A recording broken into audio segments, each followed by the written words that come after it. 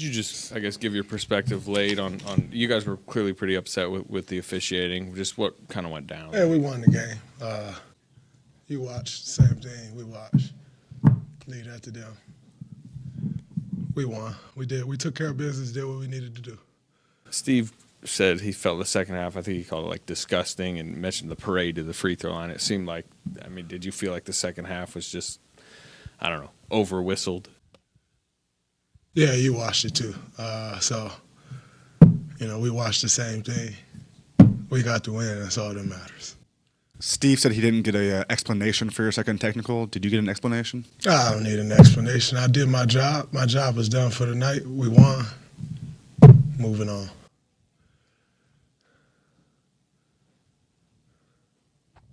I mean, what did you think of the win overall, like, and how you guys played? I think we played really well. We did the things that we need to do. They're running an unconventional offense these days, and so to see that for the first time took a little getting used to. But I thought our coaching staff did a great job of preparing us for it. They came right out the gate. I was just telling CD, they came right out the gate and was like, yo, what they're doing is weird. And so immediately for us as players, you lock in, like, you're expecting the unexpected. Like, in the NBA, most rotations and patterns are pretty similar. What they're doing is, like, I haven't seen it. And so I thought we did a great job of adjusting to that and still sticking to our defensive principles and the identity that we've created for ourselves. But we made some quick adjustments. I thought Stack was great on the adjustments. We made some quick adjustments during that game to make sure the game went in our favor, and I thought we did a great job executing against their top locks. They're trying to force everything down to the bigs. I thought we did a great job of taking care of those. And like I said, also defending their unconventional offense. What was so unconventional about their offense? On defense, like you said, they looked like they were top-blocking stuff. But what was so weird about their offense? Like, if one guy drives right, the whole thing moves right. Like, if you're in the slot and you drive right and there's a corner man, he cutting and, like, kind of giving you all that space. If you drive middle, the whole team is rotating. And, it's one thing to, like, move and replace yourself, but no matter what it is, no matter who it is, no matter the personalities, everybody's rotating. And, it's just something a little different. It makes the typical help patterns a little different. And, I thought we did a great job of communicating and taking care of it. Sort of expanding on that, how much did tonight sort of show the evolution of your defense? I mean, that's been obviously a big factor in your start. It showed a lot because, we've been very aggressive in a lot of things. And tonight we weren't very aggressive at all as far as our point of attack. We kind of adjusted with them. And so just knowing that you can play these different styles of defense, it goes a long way. I always go back to the comment Steph and Steve made at the end of last year, just talking about the variety of things that we could do or lack thereof last year. And just knowing, like, no matter what it is, we're able to adjust to that style of play. That's a big thing when you're trying to do special things in this league. Draymond, how would you describe your first time going against Zach Edey? He's big. He's pretty big dude.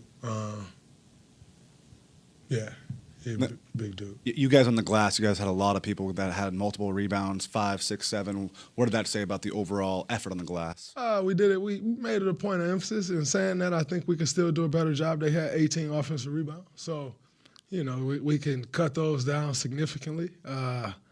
But, we out-rebounded them, so we'll take the win there. But, we need to cut those offensive rebounds in half, and we will. We're still figuring that part out, but, it's game, 12. So got a lot of growth left for this group, but I think we're growing at a good rate.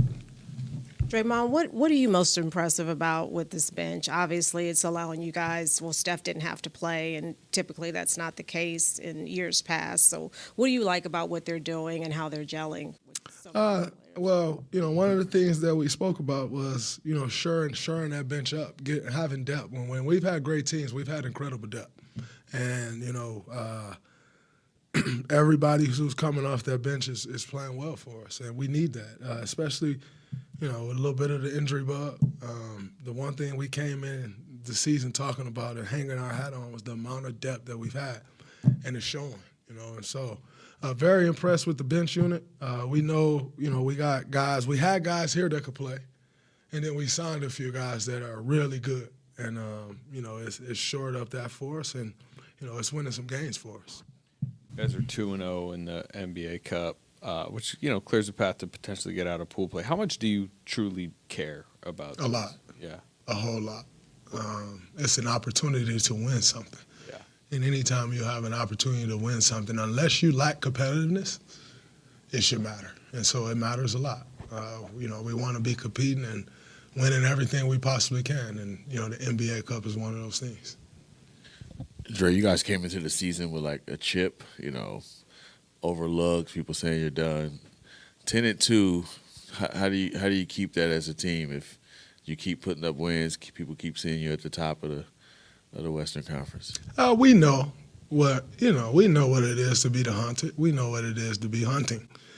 And so, at some point teams will change their mindset about us. That ain't changing us. We know what the goal is, and that's all the focus is for us. It's not about proving people wrong. I don't give a damn about proving anyone wrong. We've done this for years. The same people who doubt is the same people that doubted many moons ago.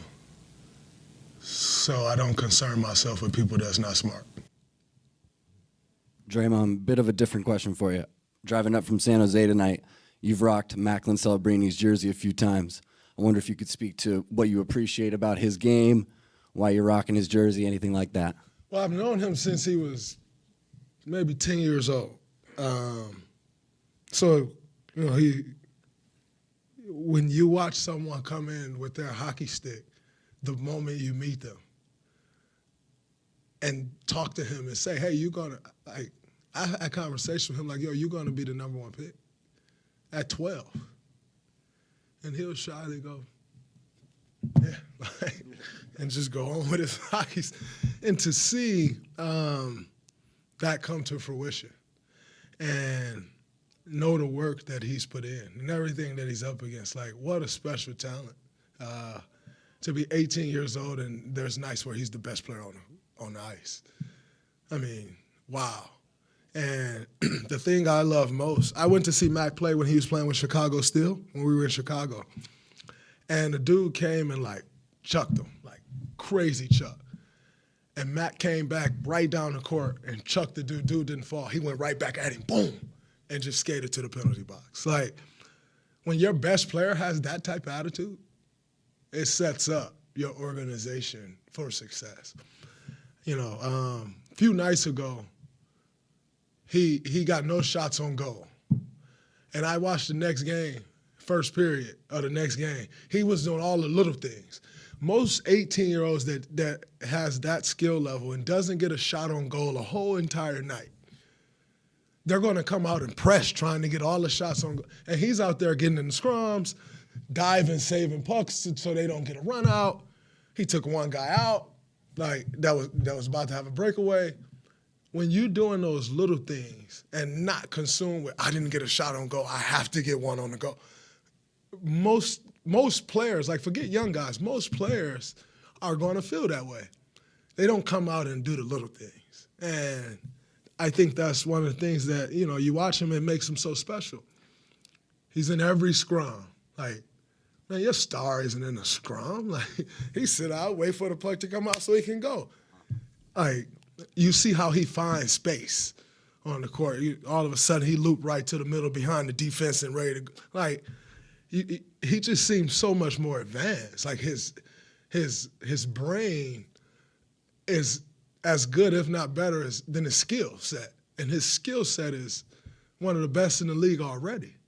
And so I am impressed by him, to say the least. And I'm looking forward to watch him chase greatness. And when you're being compared to the greats at 18, man, LeBron James was compared to the greats at 18, and he outlived it. Mack has that thing. And I think to be compared to the greats at 18, whatever people's hopes are or thoughts of what he will become, he'll outdo that. And I'm looking forward to watching. Thank you. Yes, sir. Well, I got to follow up on that. How much hockey do you watch? Does any of that go back to Michigan? I'm from Michigan. Yeah. So, that's a sport that, is big in Michigan, and so I love hockey, and then they can fight and go sit down for 5 minutes. We say something, we got to sit down for the rest of the game. So, it's an intense sport. And if you watch, the puck movement is just like ball movement. You find you got guys cutting into space, and like it actually compares when you start watching like hockey and basketball and soccer. They're actually very similar in the movement and giving goals and different things. And so for me, it's exciting to watch that because I feel like you can learn spacing through watching it. And I'm always looking to get better. So you watch some hockey and you look at the different spacing that the teams have, and you can see a team with bad spacing, and they suck, and so, that's the Michigan in me. I love hockey. I was, watched the Red Wings were great when I was growing up, and so, it was fun to watch. You ever play as a kid, or you I didn't play because the season.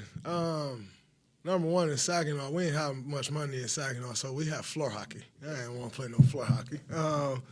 And you had to go, like, way out to where we couldn't afford to go to play ice hockey. And so I was just a fan of it and appreciated the sport, but I wasn't going out there and play floor hockey. I just stuck to basketball and football and baseball. But I was a big fan of the sport my whole life. Yeah, no problem.